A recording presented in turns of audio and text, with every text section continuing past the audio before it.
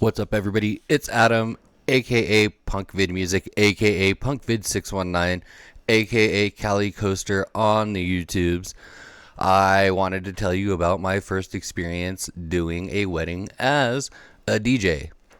Now, even though the day went really well and it wasn't perfect, I don't think anybody's ever DJ'd a perfect situation before. There's always going to be things that are thrown at you that kind of make it feel less than perfect, but to me, it feels like that just comes with the territory. There are always going to be variables that are beyond your control, and I do want to get into that a little bit, but I do want to talk about what went really well.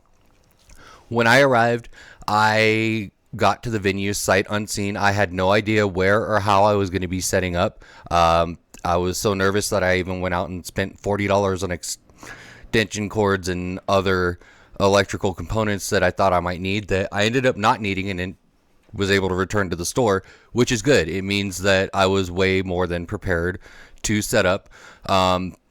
So the event took place in a venue that has an outdoor ceremony area separate from a barn used for the reception. So I had to go kind of mobile for the ceremony because there was no way I was going to be able to stretch my gear all the way from the barn into the ceremony grounds without complications. So I was able to connect my mixer, and I have a couple small Presonus studio monitors that I used for the speakers for the ceremony music, and my little rock and roller cart that I brought with me. I have a shelf that I put on it and use that as kind of the table to have my little setup there, and I was able to set up in a way that was out of the way of the wedding party entering as well as the guests entering the ceremony area. I did purchase some adapters for my microphones because I have XLR mics and all I have are XLR cables. I don't have wireless mics, maybe down the line, but right now that's a little out of my budget. So I used, hopefully that didn't break. So this one plugs into the mixing board. This is the receiver. And then this is the wireless adapter with an XLR female pin connector to just slide into the back or bottom of the microphone, just like you would an XLR cable. And it worked out perfectly. It was close enough to where I wasn't worried about the microphones being out of range. And it allowed for me to have the microphone used by the officiant without having to run a huge XLR cable all the way down the lawn. So, huge bonus. Definitely recommend getting wireless setup if you are going to be DJing a wedding, mainly for that reason. You don't want to have cables running across where guests are going to be if you don't need to. So moving on from there, there was a bit of a delay in the music, and that was just the transition period for me moving from where the ceremony was into the reception area. Now, I did have everything all set up before any of the wedding event started. So by the time I got back into the reception area, all I had to do was connect my audio, which I ran all the audio from my DJ controller, which is the Rain 4. I was able to connect the speakers that I used. I have the Gemini, I believe, XLR 448s, which worked perfect. The venue had a strict audio level restriction. I couldn't be above 78 decibels, and bass had to be at a minimum, so that setup worked perfect. I wasn't even anywhere near maxing out what those speakers are capable of. I kept it down to a minimum. Everybody had a good time. The music played great.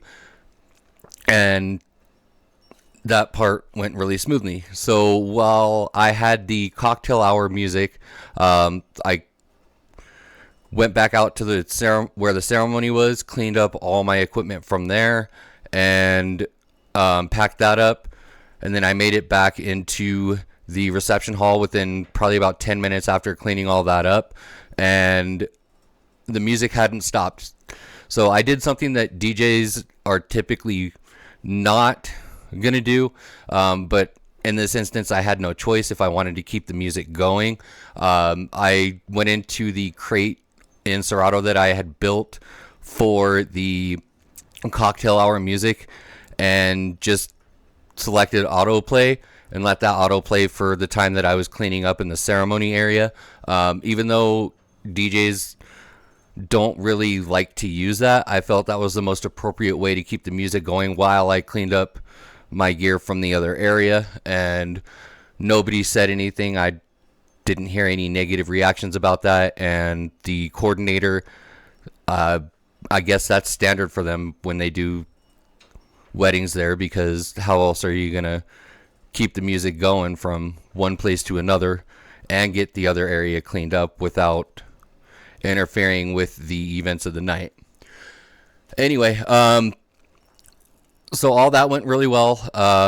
The introductions for the wedding party, the best man, the groomsman, bridesmaid, the maid of honor, and the bride and groom, the announcements went really smoothly. But I'm going to get into something that I kind of overlooked when I talk about the negative things during that part of the evening. It wasn't huge. I don't think it was really noticed. Nobody made any comments to me, but it was something that I flubbed on, and I do want to touch up on that a bit because it's one of the things that we don't really think about firsthand when we're in the moment creating that experience. And then another thing is there were a couple announcements that I probably could have made had I been made aware that the information was not already relayed to all the guests. So those are a couple of negative things I'm going to talk to as well. But the most important thing is the bride and groom said yes. They are now married happily, and they really enjoyed having me there. They thought I did a really wonderful job, and the venue also commented that they want to put me on the list of their preferred vendors, so that's a huge plus too. The things that went wrong were not event ruiners, but they were things that I do need to take into consideration the next time I do an event, especially a wedding, because that is a memorable event, something that hopefully people will remember for a very, very long time. And I want them to remember all the good things and not have to think about bad things that happened. So anyway, during the open dance for the rest of the night, I unfortunately didn't have a whole lot of people dancing, but I did notice that there were people wanting to dance. So I made sure to keep the night going with music that they would be dancing to, which worked pretty well. Most of the guests were outside exploring the grounds because it was a very beautiful area, hanging out, talking away from the dance floor. But I did mingle with them from time to time to, try to get ideas of music that they want to listen to, things that'll bring them back into where the reception was happening. But they were more focused on just socializing out in their own area, which is fine. That's going to happen. That's really not something that you can control. And no matter how hard you try, if people don't want to dance, they're not going to dance. I did have a few opportunities to get out on the dance floor and interact and engage with the guests that were in the reception area with me. We all had a lot of fun, but I also made sure that I got back to the booth in time to keep the music going and not let the track stop with dead air in between the next one. So that's another thing that you need to keep in mind. It's okay to mingle with the guests. It's okay to be social with them. In fact, that's highly encouraged because that's how you learn to build your night for them, by talking with them, finding out things that they're into, getting out on the floor, engaging with them, getting them to dance, showing them some dance moves, especially for songs that have specific dance moves to them. If you don't know how to dance, that's okay. at least learn the Cupid Shuffle, the Macarena. If you're ambitious enough, maybe the electric slide dance. But, it's not a requirement. But it is something that does add to the fun. So, yeah, all that went really well. I was able to get all my gear broken down after the last dance and out of the venue by the 10 o'clock deadline. And again, I did keep all the volume down just under what their maximum allowable decibels were, which for this venue was 78, which as a DJ, I should have but did not download a decibel app, which I did after the event. I have one now, so I'm going to use that for any event that I do that does have strict noise restrictions. So yeah, like I said, the night went really well. There were only a couple bad things. The first one, which was probably the biggest, is what I'm going to touch up on real quick. When you are in the moment and you are doing the introductions and you have the music queued up, be aware of where your attire is in relation to your controller, especially the crossfader. So I had played the entrance music for the bridal party and the groomsmen when they came in without a hitch. That went perfectly. Everybody loved it. When it was time for the bride and groom to enter, I had made the announcement. I had cued the music. I pressed play on the deck. Nothing. No music. I kept adjusting the volume knobs. But on the positive note, while this was going on, everybody was cheering and clapping so loud they probably wouldn't have even missed the music. They probably wouldn't have even noticed that there was music playing because it was so loud in there with all the guests. After they had sat down, I looked down at my controller and realized the crossfader was set to the wrong deck. I'm fudging with the knobs for the volume up here, and my sleeve, while I was setting it up, had knocked the crossfader slider all the way from one deck to another, cutting off the deck that was supposed to be playing the bride and groom entrance music. I don't think anybody noticed. Nobody said anything. No comment from the bride or groom about that. In fact, all I got from them was praise for the whole night. But that was the biggest mistake that I had made. In the grand scheme of things, probably not a big deal. But in terms of somebody who's supposed to be a professional and know what they're doing, I give myself an F for that part. That was a fail. So let you take this lesson from me. Mind your sleeves. Before you try to play a deck, make sure the crossfader is set to the deck that you're going to be playing. So moving on to a couple other things. There were a couple announcements that I wasn't aware that I needed to make because I didn't realize that it wasn't already known. The bride and groom had rented a portable photo booth for guests to take photos and have them shared with the bride and groom on a website, as well as downloaded and printed for the guests to keep as a keepsake. I had no idea that this was set up until later in the night, and by that time I had noticed that everybody had been going over there and using it anyway, so that's why I figured it was common knowledge, but not everybody knew. I heard a couple comments from other guests who said that, for most of the night they didn't even know that it was there. So I wasn't made aware that that was set up, and I'm not faulting anybody for that. There's a lot that goes on, especially the day of an event, and things do get overlooked. So if that was something that was overlooked and that's a fail, to me, that's a very minor thing. Again, a wedding isn't about the guests specifically. The most important part of the day was the ceremony, and that went perfect. That couldn't have gone any better, in my opinion.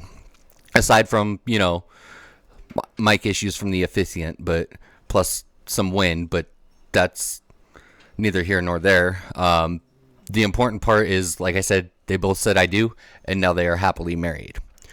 Now, the other announcement that I should have made had I known that the guests were not aware was how late the reception was going to be running. So the ceremony started at 2 p.m. The reception lasted until 9:30 is when I had to cut the music off.